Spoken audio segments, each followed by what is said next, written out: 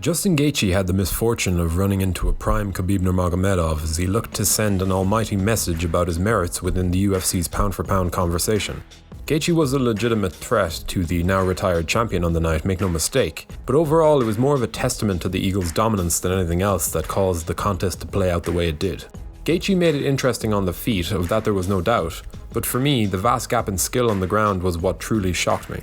I realised completely that Khabib is the best lightweight on the planet, but he slid through Gaethje's defenses like they weren't even there, to such an extent that it was clear from the beginning of round 2 that the finish was approaching. Justin did have success in round 1, catching the champ once or twice with clean shots, but Nurmagomedov's chin is granite and held up remarkably well. He also deserves credit for his ability to roll with punches.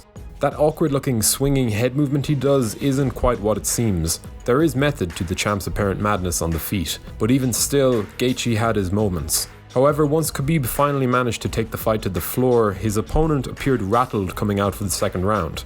Wrestling defense is one thing, but it was the jiu-jitsu of the highlight that really stood out as a major hole in his game. Of course, it's tough to look good against a master like Nurmagomedov, but even still, there's no doubt that Gaethje seemed to have the least success on the ground out of Khabib's last 3 opponents. And so the fight was finished with a beautiful triangle choke. Khabib fans rejoiced and the stage was set for a retirement that would shake the MMA world to its foundations. And with that, Justin Gaethje's first crack at undisputed UFC gold had ended in failure. After I had some time to think about it though, I realised that this wasn't the worst outcome for the former World Series of Fighting champion.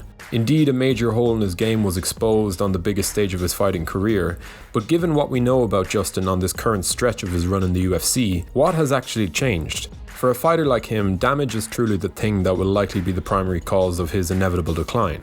It was the prominent fear when he was initially outlasted by Eddie Alvarez, and it was again a very understandable concern after Dustin Poirier got the better of him soon after. But this version of Justin Gaethje is a different fighter. This is the still evolving athlete who rolled off back-to-back-to-back knockouts of James Vick, Edson Barboza and Donald Cerrone before destroying Tony Ferguson over 5 rounds to earn his shot at the title. We commended him for his newfound pacing in there, his reliance on his technique and veteran savvy over his grit and ironclad resilience. The reason some people backed him to get the better of Khabib was because of his recent re-emergence as a cerebral fighter. The fact that he was now more capable of following a watertight game plan and executing it to a masterful level of efficiency was a big reason why people were calling him Nurmagomedov's toughest challenge to date.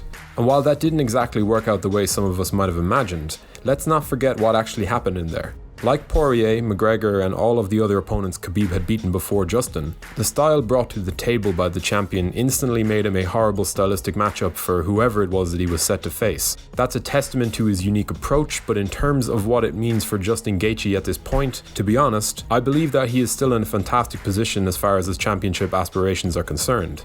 In the mix alongside Dustin Poirier, Tony Ferguson, Conor McGregor and Michael Chandler, do you think it's fair to say that Gaethje is still the best fighter of the lot at present? I certainly don't think it's that much of a stretch.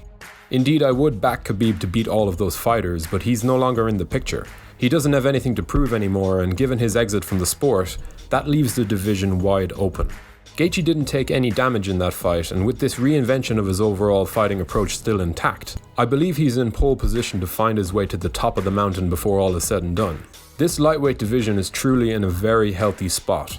Indeed, Khabib made his dominance felt, clearing out the contenders one by one, but at this point in time, given his absence, I think Justin Gaethje has every reason to be hopeful. So what do I see happening at 155 pounds over the coming months?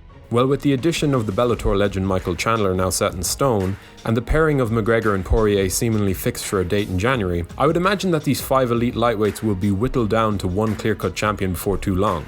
The UFC don't particularly enjoy watching as a champion leaves a division without losing their belt first. It happened with Georges St. Pierre at welterweight back in 2013, and now, Khabib has done something similar.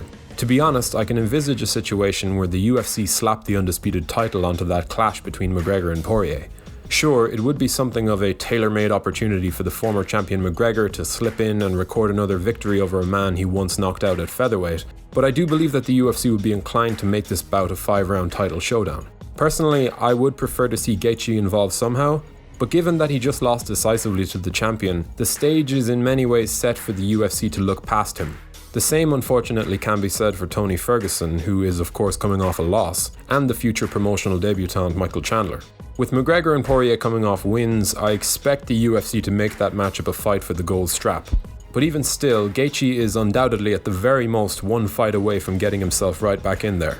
Who knows, he may even skip the queue and challenge the eventual champion as their first defense, and for me, that's a fight that would make all of the sense in the world. However, the division will be treated with a certain level of desperation by Dana and the UFC brass, and indeed, the sooner they get a king on that throne, the better. But upon thinking about it, I am convinced that Gaethje has never been in a better position to win a UFC championship belt.